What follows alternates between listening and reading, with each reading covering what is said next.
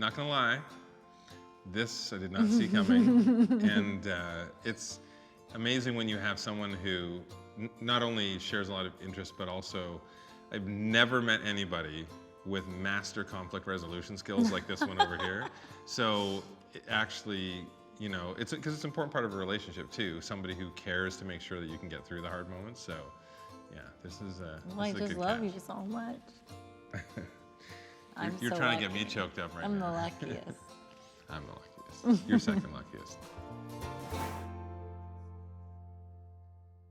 My first impression was he was so nice and friendly and like enthusiastic and like game to like be silly and fun, and he had a good sense of humor.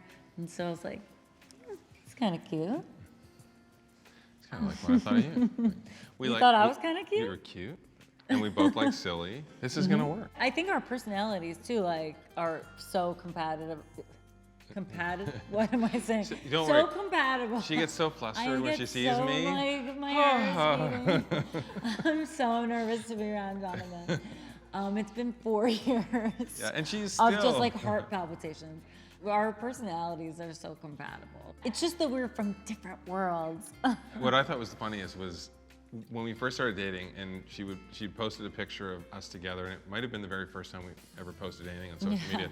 And I remember I looked at it and I saw the first comment right below was, "Why the hell is she with a property brother?" And I was like, "Excuse me, rude." Why wouldn't she be with, Yeah, with exactly. you? It turns out she just needed a house renovated. I was just using you.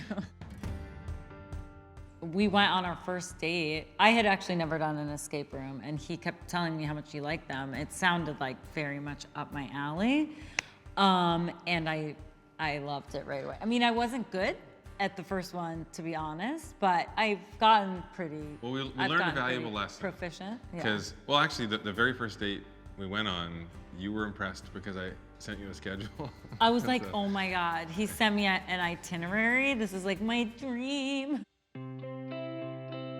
We talked or texted every single day, I think, and still have every day since we've met, except for I went up on a pack trip up into the middle of the Rocky Mountains where there was no cell service.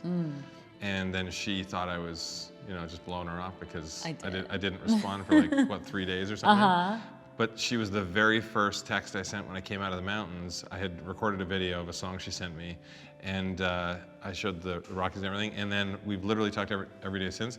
We were sitting at a magic show, and that's when I turned over and I told her that I love her, and that was, fortunately, she said,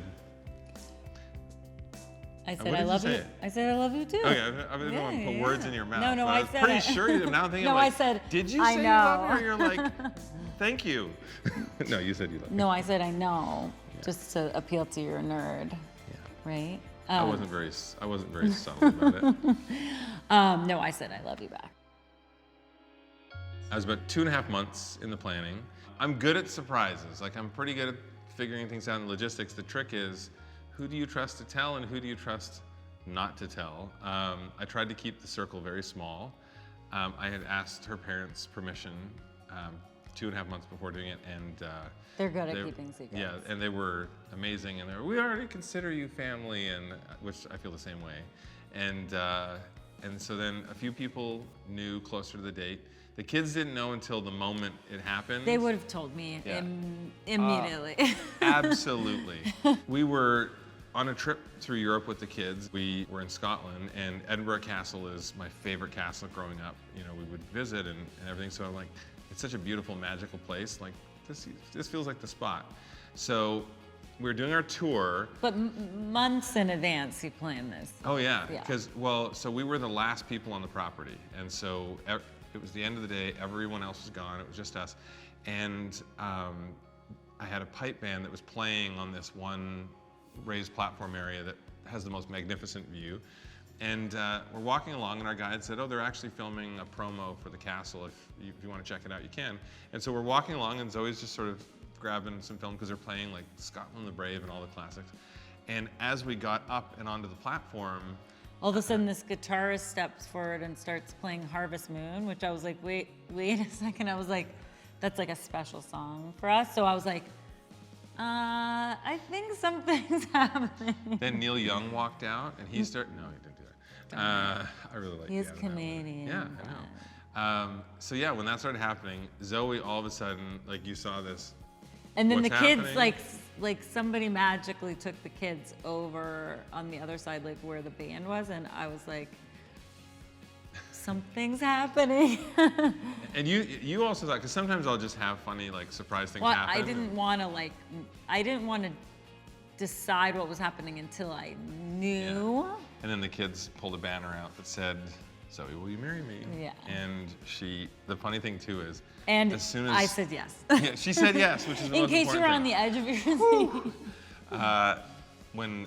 When Elsie turned around and read it, that was the first time she learned, and she immediately goes, "Did you just get married?" And we're like, "Well, no, not yet, but we got engaged." And she's like, "Does that mean I get to be a flower girl?" And we're like, "Yes, Yeah. yes, you can." So it was really sweet to have them cute. there too. Yeah, it was so special. I told him I liked this ring a long time ago. Yeah, she had mentioned it a while ago. I was and like, this is my favorite ring ever. one thing I have to acknowledge, she has way better taste than I do. And even with our house, like Zoe picked most of the hardware, most of the fixtures, most of the wallpaper. I've never trusted anyone in my life to make those kind of decisions.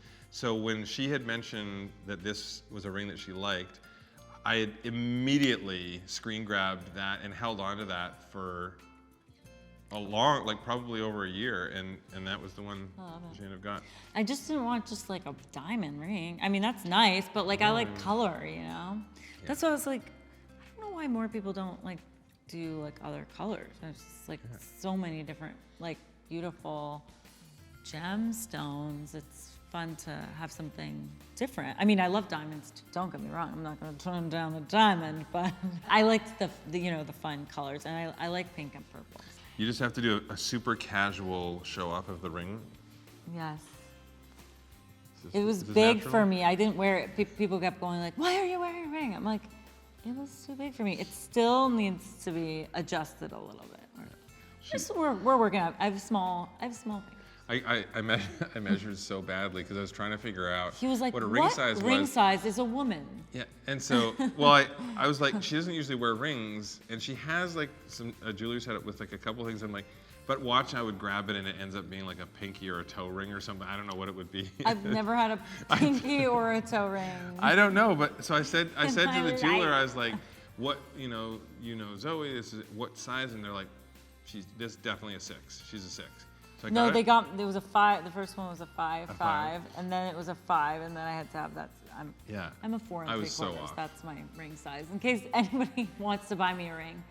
Better not. She's off the market. Well, it was different because when we drove in, the feeling was magical, and it was so gorgeous, and it's a historic home. And there's lots then, of trees. Yeah, and then when we got inside, we're like, oh, there's a lot of work to do. Nothing had been updated. The house was still beautiful. It was but beautiful. There were a lot of original details that were still there that were so pretty, but it had been added on to like a number of times in kind of piecemeal ways, and it just needed to be. There was a lot of streamlining, plus like once we did like buy the house and decide to go for it, we were like, well, maybe we'll just do like sort of more cosmetic stuff and then do a big renovation later. But once they opened up the walls, they were like, we need to make this house like safe. we literally designed this house to solve all of our problems as the kids get older. We also didn't want to be the ones that are like, no, don't do. The house is so safe, and everything was designed so that the kids can just be kids, and it's going to be fine.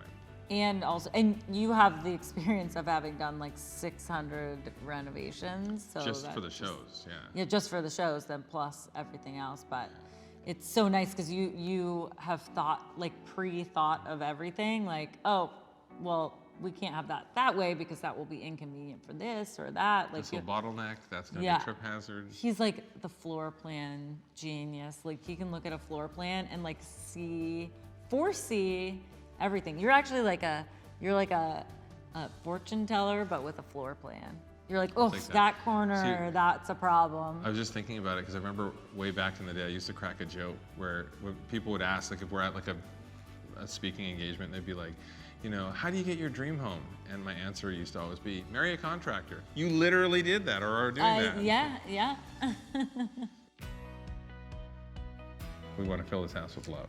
I like that when the kids do something that's completely unexpected and they'll like make a space their own by like, they just decided that behind the couch in the family room is their spot. They'll like go back there. They just are always playing back there. I don't know why, but it's kind of nice. It's like they've just created a new use for that space. And it all comes full circle because 2 weeks ago, the kids designed an escape room for me up in their playroom and in the bedrooms. And so I was expecting, I came home from work and then Charlie put a sign that said, big trouble in the room on his door. it was pretty scary. It was pretty cute. Yeah. And then he took it off and I was like, why'd you take it off? He goes, there's no big trouble in the room anymore. Yeah. I got out of the escape room, by the way. Yeah, just in you case got you're out. wondering. Yeah. You had to find a stuffy, right? I had to find a stuffy and rescue it. Yeah. Who would be better as a stepdad than a professional magician who used to be a clown who can also build stuff And fix everything. and fix everything, And- put together kids' toys without instructions. Yeah, I mean, it's sold. Sold. It's actually pretty cute because you know, every now and then on my phone, the picture will pop up from the first Christmas that we had together, and like the stuffy that I got Charlie that's actually bigger than Charlie at that time. But it's nice to have the memories going all the way back. And They were only 2 and 4 when they met Jonathan, so Charlie doesn't even remember like when Jonathan wasn't around. So our family is very, very much like very deeply rooted and very blended. yeah, that's the benefit of being a bonus dad. They have even more people to love them.